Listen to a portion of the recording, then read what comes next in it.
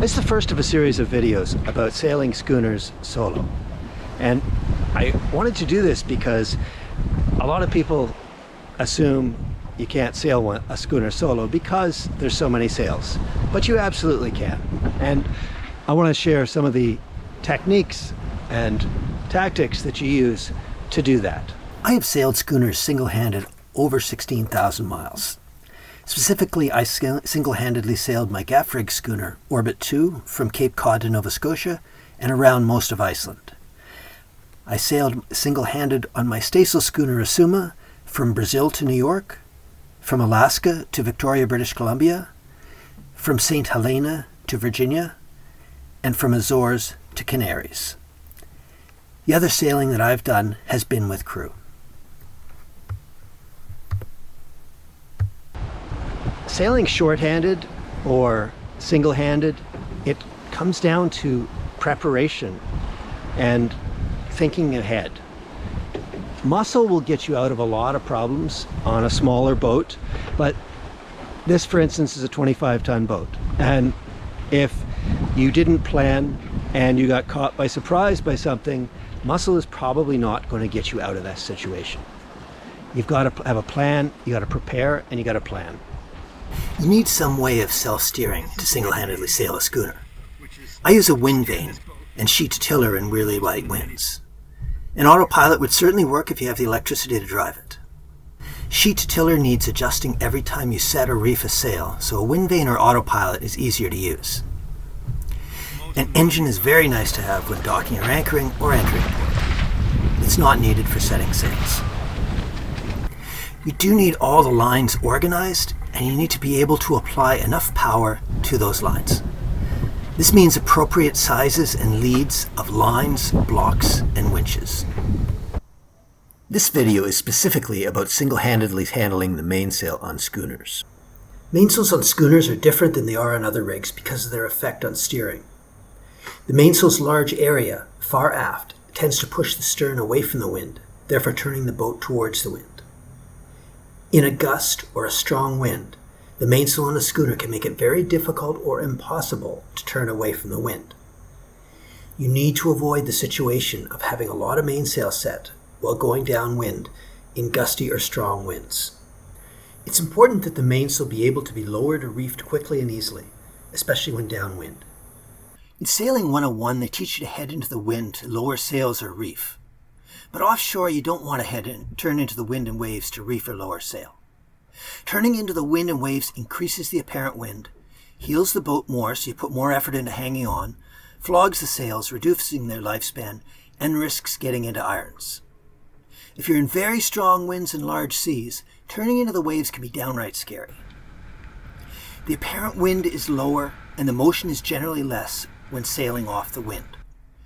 It's often easier to reef or lower sails when off the wind. So I strongly encourage you to consider how you can do this.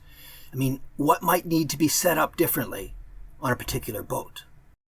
To be able to lower sail reliably and quickly, you need to consider things like having lazy jacks for the sail to fall into.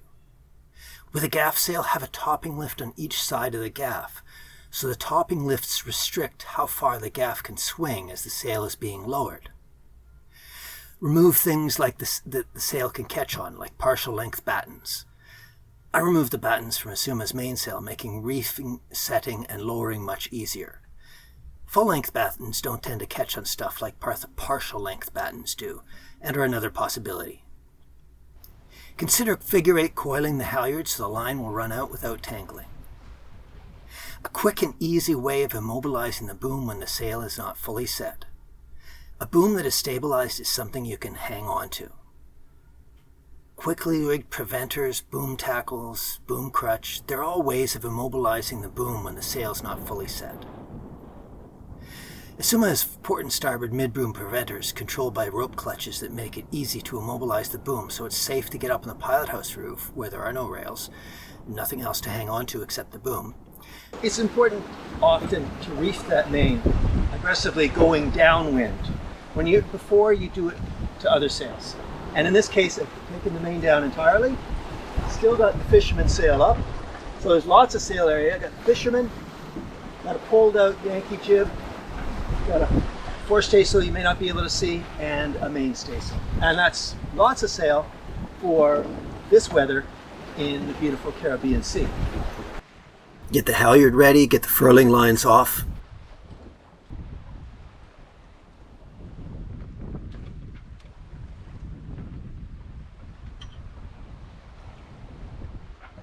Raise the sail. Pull by hand at first until it gets too hard, and then use the winch.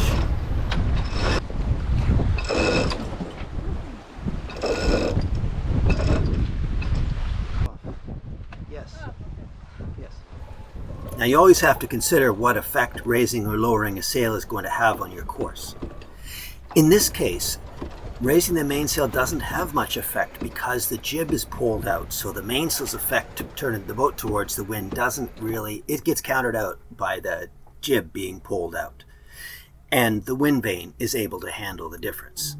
Nevertheless, Naomi is occasionally looking around to make sure that the course is okay. The winch handle is put away, so the mainsail halyard gets figure 8 coiled so it can be released quickly. Reefing. You want a good reefing setup that you can quickly and easily reef or unreef. Asuma's mainsail, being triangular, has a relatively short boom. This allows the sail to be reefed only at tack and clew.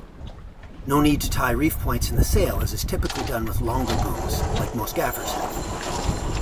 Whether you have to tie reef points or not, you want the reefing process to be quick, easy, and safe. This may mean you need a boom crutch, as I had on my gaff rig schooners. Asuma's mainsail is reefed from the cockpit, and for each of the reefs that it has, there's both a tack line and a clew line. Some boats have a tack hook or a rope to tie the reef tack cradle down with. However the main is reefed and unreefed, it needs to be done quickly, easily, and safely. Here, Anna is removing a reef from the mainsail.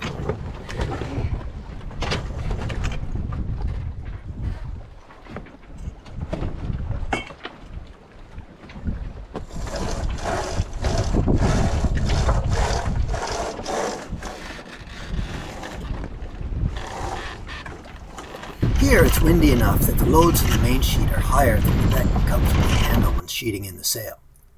So she sheets in as much as she can, then puts the main sheet temporarily on a winch that is not in use. With the winch it's easy to sheet it in all the way. She then ties a spare piece of rope to the main sheet, using our good friend, the rolling hitch.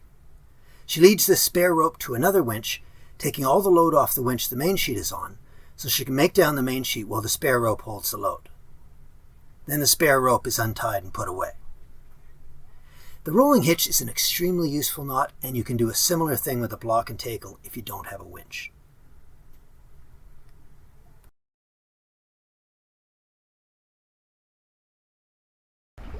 Lastly, the main sheet is figure 8'd, so if you have to cast it off in a hurry, it's less likely to mess up. Now let's watch Claire lower the main. With a greased sail track, nothing to snag the sail on, and a figure 8 coiled halyard, the mainsail comes down quickly and easily. In a strong wind pushing it against the rigging wires, it will come down slower due to the friction, but it's important to make it so the sail comes down quickly and easily on any point of sail. Whether setting, reefing, or lowering the main, the process needs to be relatively quick and easy and safe. You don't want to be hit by the boom or a gaff or a rope or fall down or fall overboard. And you want the amounts of force required to be well within your capabilities. Keeping the amounts of force required low involves considering things like winch size, block size and type, greasing the sail track or gaff jaws. And you always need to consider with the mainsail the effect on the direction the boat wants to turn when raising, lowering, reefing, or sheeting in the main, due to it being big and far aft. That's it for this video. If you liked it, please give it a like and subscribe. If you got a question, please leave a comment. Keep sailing.